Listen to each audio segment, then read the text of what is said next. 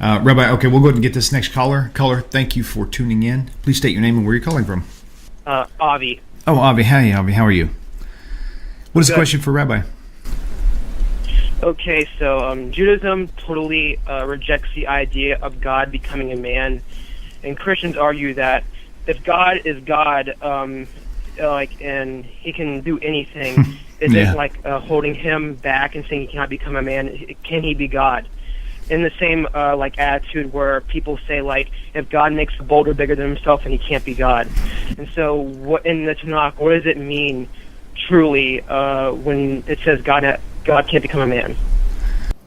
Okay, so I want to ask you a question. See, there's a fallacy in this, but it's a word game. Meaning, becoming a man sounds like it's an ability, it's a good thing. Like, I can be a man, so it's like one of the things I can do. Okay, that makes sense? So we're saying he can't, so that means God is restricted. You see what I'm saying? So they're saying God can't be restricted. Do you get that point? Yeah. Okay. Now let me explain to you, becoming a man, that means he's now a man, that actually is not a positive thing, it's a negative thing. Let me ask you a question.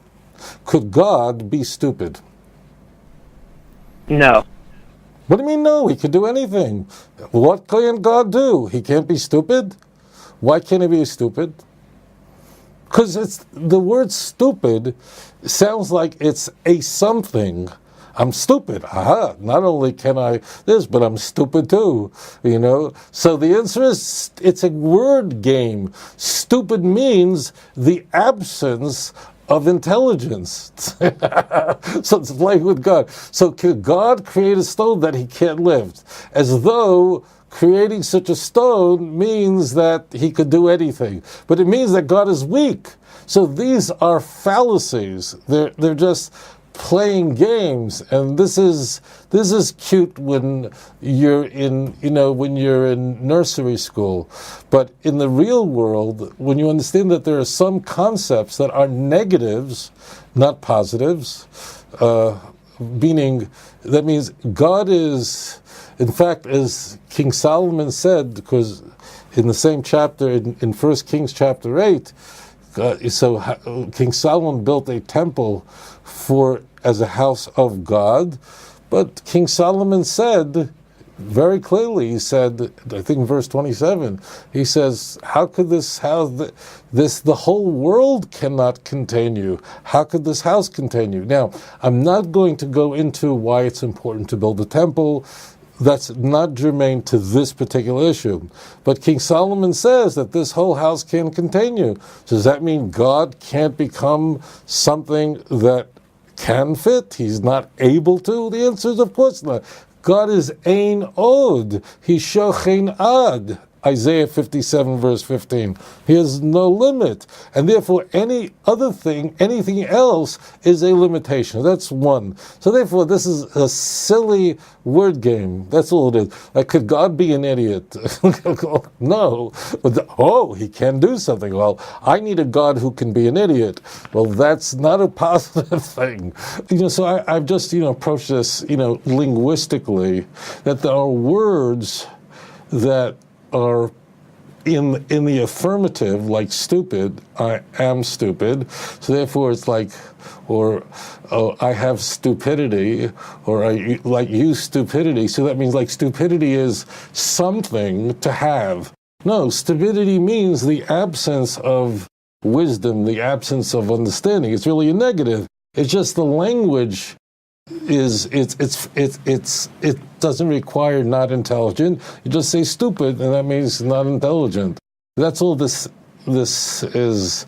That's all that's going on. God created stone he can't carry, because every God created the whole world by just uttering a word. But the other point is that the Tanakh says openly.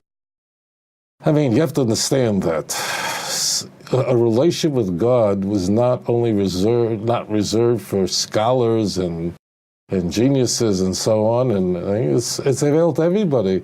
That's why biblical Hebrew is so easy. I mean, it's really it's so delicious. In our congregation, we study a solid 5 hours every Shabbos together. I don't know many congregations that the rabbi studies with his congregation 5 hours straight on Shabbos. And they all have a Tanakh in front of them, and we read it in the Hebrew. And one of the things they notice is that it's a very small, very precise language, and it flows easy. And unlike English, with all kinds of exceptions, and this is an exception to rule, and that's an exception, and this is the Hebrew really doesn't have all these. It's just very straightforward. You look at a word in Hebrew, there's rare exceptions. You know exactly how to read it. It's just very straightforward. Why? Because it was a language made for man, not for some PhD guy from Harvard who could understand Jacobi in English. So therefore, the Torah says, look, let me just clear this up for you so there can be no mistake here. Numbers 23, verse 19. God is not a man. Okay, so let's clear the air right there. Therefore, he will not lie. He's not immortal. He will not change his mind. Period. End. Why would King Solomon say that this house cannot contain you? The whole world can't contain you. What do you mean it can't contain you? If God could be a man, then it can contain him very easily. In fact, according to the Gospels, Jesus went into the temple, so it did contain him. So what is Solomon even talking about? It is such object nonsense.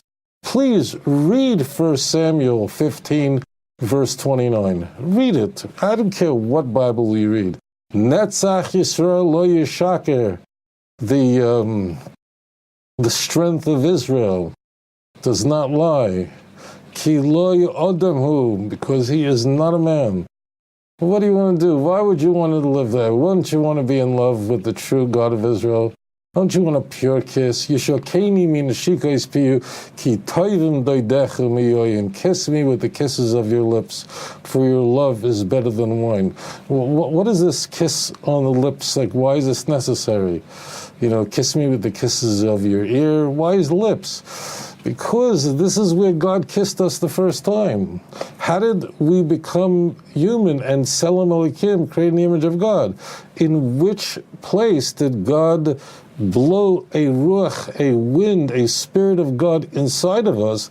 Right in here, right here, right here. This is where the wind went in, and therefore we want to keep that spirit going, keep it going in here. This is why people who love each other kiss each other on the lips. They want to feel their essence. So therefore, why does a person want iniquity and sin and fornication, spiritual fornication in their lives, when a personal relationship with God is so accessible to each and every one of us? Ladies and gentlemen,